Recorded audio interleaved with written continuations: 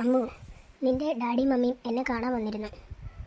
അന്ന് ഞാൻ ആ ജോലി അന്വേഷിച്ച് പോയത് നിൻ്റെ ഡാഡിയുടെ കമ്പനിയിലെന്ന് എനിക്കറിയില്ലായിരുന്നു. എനിക്ക് അയാളെ അറിയത്ത് പോലും ഇല്ലായിരുന്നു.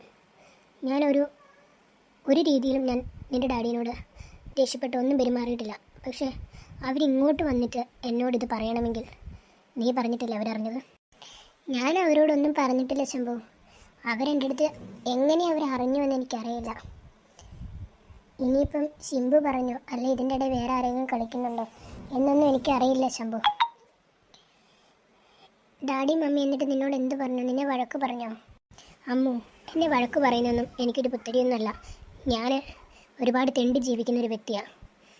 അന്നു വേണ്ട ആഹാരത്തിന് വേണ്ടി മാത്രം കഷ്ടപ്പെടുന്ന ഒരാളാണ് ഞാൻ. എന്നോട് നിൻ്റെ ഡാഡി എന്തൊക്കെ മര്യാദക്കേടാണ് സംസാരിച്ചത്. നിൻ്റെ അമ്മയ്ക്ക് വേണ്ടി അടുത്ത് ഭയങ്കര ദേഷ്യമാണ്. ഞാൻ എന്ത് തെറ്റാണ് അവരുടെ അടുത്ത് ചെയ്തത്? എൻ്റെ ഡാഡിക്ക് വേണ്ടി നിന്നോട് ഞാൻ മാപ്പ് ചോദിക്കുന്നു ശംഭു. നീ ഒന്നും മനസ്സിൽ വെക്കരുത്. അമ്മു, നീ എന്നോട് മാപ്പ് ചോദിക്കേണ്ട ആവശ്യമൊന്നുമില്ല. എനിക്കൊരു കാര്യം അറിഞ്ഞാൽ മതി. നിനക്കെന്നെ ആത്മാർത്ഥമായിട്ട് ഇഷ്ടമാണോ അല്ലയോ? എനിക്കത് അറിഞ്ഞാൽ മതി. ശംഭു, നീ എന്നെ സംശയത്തിൻ്റെ നിഴലിൽ എന്നോട് ചോദിക്കുന്നത്? എനിക്ക് നിന്നെ ആത്മാർത്ഥമായിട്ട് ഇഷ്ടമാണ്.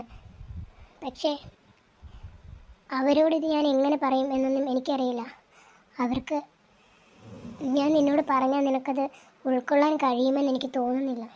എനിക്കൊന്നും അറിയണ്ടമ്മോ. നിൻ്റെ ഈ സ്നേഹം അത് മതി എനിക്ക്. ഞാനിപ്പം ഒന്ന് നന്നാവാൻ തീരുമാനിച്ചതും എൻ്റെ അപ്പനും അമ്മയും എനിക്കില്ലാഞ്ഞിട്ട് പോലും ഞാൻ നിന്നിൽ നിന്ന് കിട്ടിയ ആ സ്നേഹം അത് മാത്രം പ്രതീക്ഷിച്ചാണ് ഓരോ ദിവസവും ജീവിക്കുന്നത്. നീയാണ് എനിക്ക് ജീവിക്കാൻ വീണ്ടും വീണ്ടും പ്രചോദനം നൽകിയത്.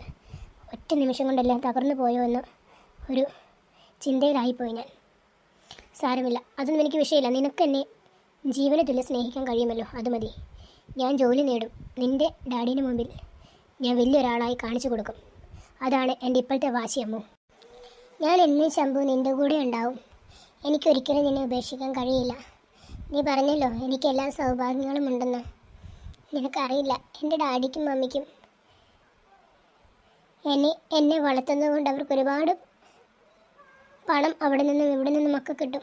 നിനക്കറിയോ, ഞാൻ ഒത്തിരി പൈസയുള്ള വീട്ടിലൊരു കുട്ടിയാണ്. എൻ്റെ സ്വന്തം അച്ഛനും അമ്മയും മരിച്ചപ്പോൾ ഇവരെന്നെ ദത്തെടുത്ത് വളർത്തുകയാണ്. അവർക്ക് എൻ്റെ സ്വത്ത് നഷ്ടപ്പെടാതിരിക്കാൻ വേണ്ടിയിട്ടാണ് ശംഭു അവരിതൊക്കെ ചെയ്യുന്നത്. പക്ഷേ എനിക്ക് പ്രായപൂർത്തിയാകുമ്പോൾ ഞാൻ അവരുടെ അടുത്ത് നിന്ന് പോരും. അതുവരെ മാത്രമേ ശംഭുവിനെ സഹിച്ച് ജീവിക്കുകയുള്ളൂ. ഓഹോ, അതാണ് നിൻ്റെ ഡാഡീൻ്റെ മമ്മിയുടെ ജാടല്ലേ? അങ്ങനെ വഴിക്കുവാ. അയാൾ എന്നോട് എന്തൊക്കെയാണ് പറഞ്ഞിട്ട് പോയതാണ്. ഞാൻ തെണ്ടിച്ചിറക്കനാണ്, ഞാൻ അങ്ങനെയാണ് ഇങ്ങനെയാണ്.